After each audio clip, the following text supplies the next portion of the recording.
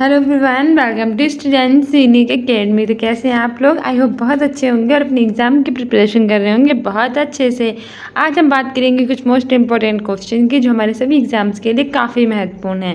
हमारा पहला क्वेश्चन कह रहा है कि भारतीय इतिहास में जो धन्वंतरी हैं वो कौन थे, यानी कि जो भारत के इतिहास में धन्वंतरी हैं वो कौन थे। तो हमारा पहला ऑप्शन है कि चंद्रगुप्त मौर्य के प्रसिद्ध सेनापति थे। ऑप्शन बी है कि इनमें से कोई नहीं। ऑप्शन सी है कि हर्ष के समय के प्रसिद्ध नाटककार के।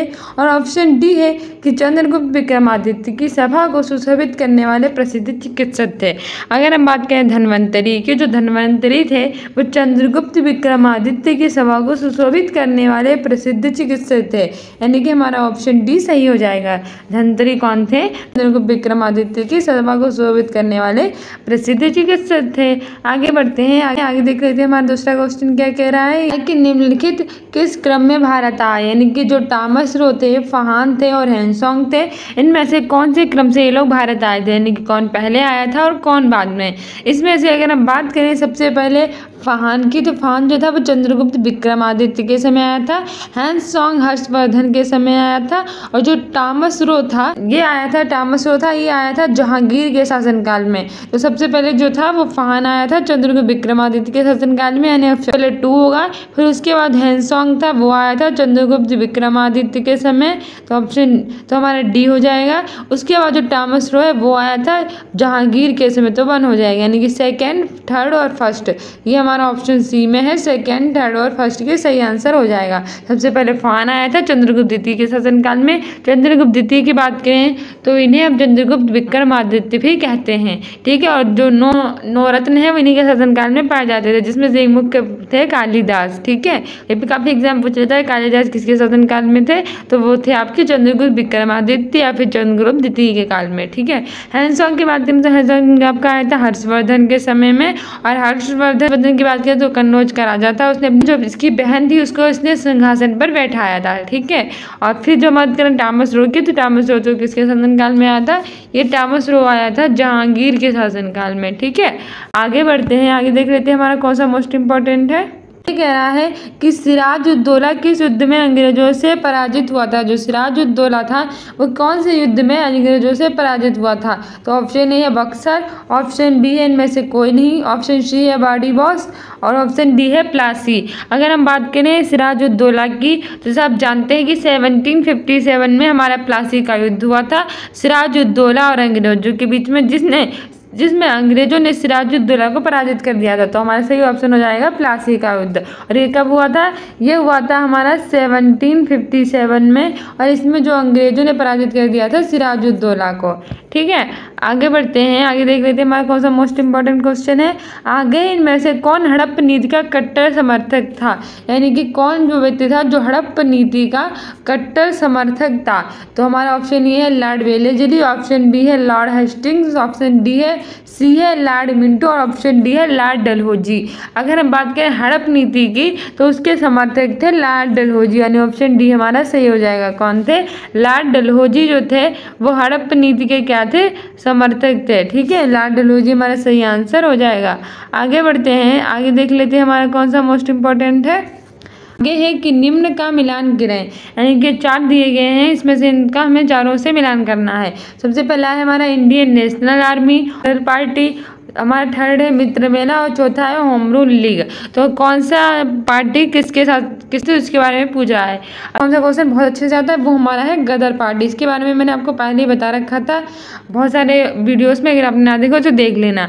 गदर पार्टी की स्थापना 1913 में लाला हरदयाल ने की थी। किसने की थी? लाला हरदयाल ने, यानी कि बी का 1 हो जाएगा, ठीक है। लाला हरदयाल ने की थी गदर पार्टी की स्थापना, यानी बी का क्या हो जाएगा? 1 हो जाएगा, ठीक है। बाद में हमारा आता है मित्र मेला। कौन सा मेला? मित्र मेला। और मित्र मेला के कौन थे? थे बीडी सावरकर। कौन थे? बीडी सावरकर जो थे वो मित्र मेला के थे।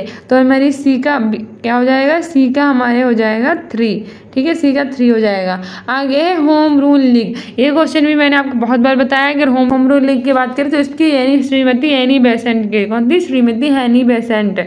तो हमारी डी के क्या हो जाएगा? 4 हो जाएगा, ठीक है। और हमारा इंडियन नेशनल आर्मी बचा, ये भी मैंने आपको बताया था, इसके सुभाष चंद्र बोस हैं। सुभाष चंद्र बोस जो है वो इंडियन नेशनल आर्मी के हैं, यानी ए का हमारे क्या होगा जाएगा 2, ए का 2 हो जाएगा, ठीक है। जो इंडियन नेशनल आर्मी है उसके सुभाष चंद्र बोस, जो गदर पार्टी है उसके लाला हरदयाल 1913 में स्थापना की थी। मित्र मेला के हैं BD सावरकर और होम रूल लीग के श्रीमती एनी बेसेंट। अगर हम एनी बेसेंट की बात करें तो उन्होंने 1917 के कलकत्ता अधिवेशन की अध्यक्षता भी की थी। ये पहली महिला थी जिन्होंने कांग्रेस के अधिवेशन की अध्यक्षता की थी, ठीक है, जो यानी कि कांग्रेस के अधिवेशन की अध्यक्षता करने वाली पहली महिला श्रीमती एनी बेसेंट थी। 1917 के कलकत्ता अधिवेशन में इन्होंने अध्यक्षता की थी। काफी एग्जाम में पूछा जा चुका है, तो याद रखना। भाई अगर हम बात करें सुभाष चंद्र बोस की, तो इन्होंने इंडियन नेशनल आर्मी की स्थापना की थी। इसके अतिरिक्त दिल्ली चलो का नारा भी दिया था। 1938 के हरिपुरा अधिवेशन और 1939 के त्रिपुरी अधिवेशन के में भी इन्होंने अध्यक्षता की थी, ठीक है, याद रखना। और बाद में इन्होंने इस्तीफा दे दिया था, और जो पट्टाभी सीतारामैया और ये दोनों खड़े हुए थे तो इन्होंने इस्तीफा दे दिया था, और बाद में जो राजेंद्र प्रसाद है वो अध्यक्ष चुने गए थे, और इन्होंने दिल्ली चलो का नारा भी दिया था। ये भी याद रखना, काफ़ी एग्जाम में पूछा जा चुका है। अच्छा, ये क्वेश्चन से और बन जाता है, जो रिसेंटली जो हमारे प्रधानमंत्री नरेंद्र मोदी जी हैं उन्होंने सेंट्रल विस्टा प्रोजेक्ट के तहत दिल्ली में जो राजपथ है उसका नाम बदलकर कर्तव्य पथ कर दिया है, और वहाँ इन्होंने सुभाष चंद्र बोस की प्रतिमा का अनावरण भी किया है, ठीक है। ये भी याद रखना, हमारा जो करंट अफेयर का बहुत ही महत्वपूर्ण क्वेश्चन है। तो हमारा ए का 2 और बी का 1 हो जाएगा। तो ए का 2 और बी का 1 किस में दिया गया है देख लेते हैं। ए का 2 और बी का 1 किस में दिया गया है, तो ये हमारा दिया गया है ए का 2 और बी का 1 ऑप्शन डी में दिया गया है, ठीक है। हमारा ऑप्शन डी सही हो जाएगा। आगे बढ़ते हैं और देख लेते हैं कौन सा मोस्ट इंपॉर्टेंट है। आगे कह रहा है कि मौर्यकालीन विवरण भारत के विवरण वाली इंडिका के लेखक थे, यानी जो मौर्यकालीन भारत के विवरण वाली एक पुस्तक थी इंडिका, इसके लेखक कौन थे। हमारा ऑप्शन ए है मेगास्थनीज, ऑप्शन बी है इनमें से कोई नहीं, ऑप्शन सी है हैंसोंग और ऑप्शन डी है फाहान। अगर हम बात करें मौर्यकालीन भारत के विवरण वाली पुस्तक है इंडिका, तो इसके लेखक है मेगास्थनीज। क्या हमारा ऑप्शन ए है वो सही हो जाएगा कि मेगास्थनीज है वो इंडिका के लेखक हैं। और वही जो हैंसोंग थे वो हर्षवर्धन के शासनकाल में आए थे, तो वो तो हो ही नहीं सकते। फाहान थे वो चंद्रगुप्त द्वितीय के शासन आए थे गुप्त काल में, तो ये भी नहीं हो सकते। और जो मेगास्थनीज है वो हमारे आए थे चंद्रगुप्त मौर्य के शासनकाल में, ठीक है। और मौर्यकालीन भारत के विवरण वाली पुस्तकें इंडिका इन्हीं के शासनकाल में लिखी गई थी। तो ये तो हमारा इजी था। आगे बढ़ते हैं, आगे देख लेते हैं हमारा कौन सा मोस्ट इंपॉर्टेंट क्वेश्चन है। आगे है कि भारत में श्वेत क्रांति के जनक के रूप में कौन जाना जाता है। अगर हम इंडिया की बात करें तो श्वेत क्रांति के जनक के रूप में कौन जाने जाते हैं। हमारा ऑप्शन ए है बलवंत राय मेहता, ऑप्शन बी है नॉर्मन एडवर्ग, ऑप्शन सी है M S Swaminathan, option D है डॉक्टर बर्गिश कुरियन। तो हमारा सही आंसर हो जाएगा कि भारत में जो श्वेत क्रांति के जनक के रूप में जाने जाते हैं वो जाने जाते हैं डॉक्टर बर्गिश कुरियन। कौन जाने जाते हैं, डॉक्टर बर्गिश कुरियन जाने जाते हैं, और इन्हें श्वेत क्रांति के जनक के रूप में जाना जाता है। वही जो एम एस स्वामीनाथन हैं उन्हें हरित क्रांति के जनक के रूप में जाना जाता है। जो बलवंत राय मेहता हैं वो किससे संबंधित है, वो हमारी त्रिस्तरीय पंचायत राज समिति से संबंधित हैं, ठीक है। बर्गिश कुरियन जो है वो हमारे हैं श्वेत क्रांति के जनक, ठीक है। सो डियर स्टूडेंट्स, ये थे हमारे कुछ मोस्ट इंपॉर्टेंट क्वेश्चंस जो हमारे सभी एग्जाम्स के लिए काफ़ी महत्वपूर्ण है। एक बार हम रिवीजन कर लेते हैं कि हमने कहाँ से पढ़ना स्टार्ट किया था। तो हमने स्टार्ट किया था अपने पहले क्वेश्चन से, जो हमारा था कि भारतीय इतिहास में धन्वंतरी कौन थे। तो हमारा सही आंसर का जो धन्वंतरी थे वो चंद्रगुप्त विक्रमादित्य की सभा को सुशोभित करने वाले प्रसिद्ध चिकित्सक थे। धन्वंतरी कौन थे, तो वो थे चंद्रगुप्त विक्रमादित्य की सभा को सुशोभित करने वाले प्रसिद्ध चिकित्सक, ठीक है। हमारा दूसरा क्वेश्चन कौन सा था, हमारा दूसरा क्वेश्चन था कि निम्नलिखित किस क्रम में भारत आए थे, यानी कि जो हमारे 3 थे टॉमस रो, फाहान और हैंसोंग, इनमें से कौन कैसे क्रम में भारत आया था, कौन पहले आया था कौन बाद में। इसमें सबसे पहले फाहान आए थे जो कि चंद्रगुप्त विक्रमादित्य यानी चंद्रगुप्त तृतीय के शासनकाल में भारत आए थे। दूसरे नंबर पे हैंसोंग आए थे जो कि हर्षवर्धन के शासनकाल में आए थे। और तीसरे नंबर पे आए थे टॉमस रो जो कि आए थे जहांगीर के समय, यानी कि हमारा सबसे पहले सेकेंड होगा, फिर थर्ड होगा, फिर फर्स्ट होगा। तो सेकेंड थर्ड फर्स्ट किस में था, तो हमारा सेकेंड थर्ड फर्स्ट था ऑप्शन सी में, किसमें, ऑप्शन सी में था, यानी ऑप्शन सी सी हमारा सही हो जाएगा।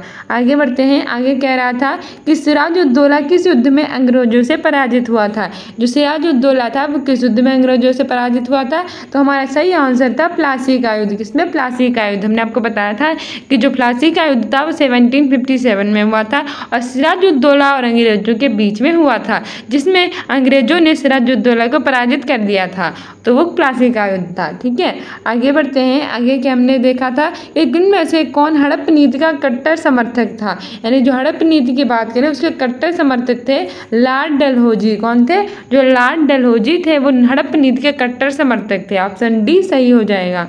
आगे देख लेते हैं हमारा कौन सा मोस्ट इंपोर्टेंट था। आगे हमारा था कि निम्न का मिलान करें, यानी कि में से बताया गया था कि इनमें से कौन सा किससे मिलान करना था। तो सबसे पहले हमारा था इंडियन नेशनल आर्मी। तो इंडियन नेशनल आर्मी की स्थापना सुभाष चंद्र बोस ने की थी। इसके अतिरिक्त उन्होंने दिल्ली चलो का नारा भी दिया था। 1938 के जो हमारा हरिपुरा अधिवेशन है उसकी और 1939 के त्रिपुरी अधिवेशन की अध्यक्षता की थी। ओके, उसके बाद हमारा था गदर पार्टी। इसकी स्थापना 1913 में लाला हरदयाल ने की थी। उसके बाद हमारा था मित्र मेला। मित्र मेला के संस्थापक थे वीडी सावरकर। याद रखना, मोस्ट इंपॉर्टेंट है ये। आगे हमारा था home rule league. Home rule league की स्थापना श्रीमती एनी बेसेंट ने की थी और ये श्रीमती एनी बेसेंट जो थी भारतीय राष्ट्रीय कांग्रेस की पहली महिला अध्यक्ष थी। इन्होंने 1917 के जो कलकत्ता अधिवेशन है उसकी अध्यक्षता की थी। ठीक है, तो हमारा ए का हो जाएगा बी और बी का हो जाएगा 1। तो ए का बी और बी का 1 किस में दिया गया है? तो ए का बी और बी का 1 ये हमारे दिया गया है ऑप्शन डी में। ठीक है, ऑप्शन डी हमारा सही हो जाएगा। आगे बढ़ते हैं। आगे देख लेते हैं कौन सा मोस्ट इंपोर्टेंट था। आगे था कि मौर्यकालीन भारत के विवरण वाली इंडिका के लेखक थे, यानी जो मौर्यकालीन भारत है उसके विवरण वाली इंडिका उसके लेखक थे। जो हैंसोंग था ये हर्षवर्धन के शासन में काल में आया था। जो फाहन था वो चंद्रगुप्त विक्रमादित्य के शासन काल में आया था। तो ये दोनों तो हो ही नहीं सकते। जो मेगस्थनीक था जो चंद्रगुप्त मौर्य के शासन काल में आया था और मौर्यकालीन भारत वाली पूछा है इंडिका, तो इसके लेखक होंगे मेगस्थनीज। ठीक है, और चंद्रगुप्त मौर्य के शासन काल में आए थे। हमारा ऑप्शन ए सही हो जाएगा। ठीक है, ऑप्शन ए सही हो जाएगा। आगे और इनमें से कोई नहीं तो हो ही नहीं सकता क्योंकि हमारा पहला आंसर सही हो गया। आगे बढ़ते हैं। आगे हमारा मोस्ट इंपॉर्टेंट है भारत में श्वेत क्रांति के जनक के रूप में कौन जाना जाता है। अगर हम भारत में यानी इन इंडिया की बात करें तो इसमें श्वेत क्रांति यानी कि व्हाइट रेवोल्यूशन के जनक के रूप में जाने जाते हैं doctor Verghese Kurien. Option D हमारा सही हो जाएगा, डॉक्टर वर्गीस कुरियन। ठीक है, और 26 नवंबर को मनाया जाता है हमारे मिल्क डे। ठीक है, मिल्क डे इंडिया में मनाया जाता है 26 नवंबर को डॉक्टर वर्गीस कुरियन की जयंती के रूप में, और ये हमारे भारत में श्वेत क्रांति के जनक के रूप में जाने जाते हैं। वहीं डॉक्टर एम एस स्वामीनाथन की बात करें तो ये हरित क्रांति के जनक के रूप में जाने जाते हैं। बलवंत राय मेहता जो थे वो त्रिस्तरीय पंचायत राज संबंध लेकर आए थे। सो गाइस, ये थे हमारे कुछ मोस्ट इंपॉर्टेंट क्वेश्चंस जिनके बारे में हमने देखा और एक बार हमने उनका रिविजन भी कर लिया जिससे आपको अच्छे से ये क्वेश्चन याद हो जाए। अगर आप किसी भी एग्जाम की प्रिपरेशन कर रहे हैं तो उसके लिए मोस्ट इंपॉर्टेंट है। I hope you like this video. If you like it then like, subscribe and share and we continue with next video. हम आपके लिए मोस्ट इंपॉर्टेंट क्वेश्चन लाते रहेंगे। अगर अभी तक आपने स्टूडेंट्स यूनिक एकेडमी को इंस्टाग्राम पे फॉलो नहीं किया है तो अभी कर लीजिएगा क्योंकि मोस्ट इंपॉर्टेंट न्यू अपडेट्स मिलती रहती हैं। So we continue with next video. Thank you, bye.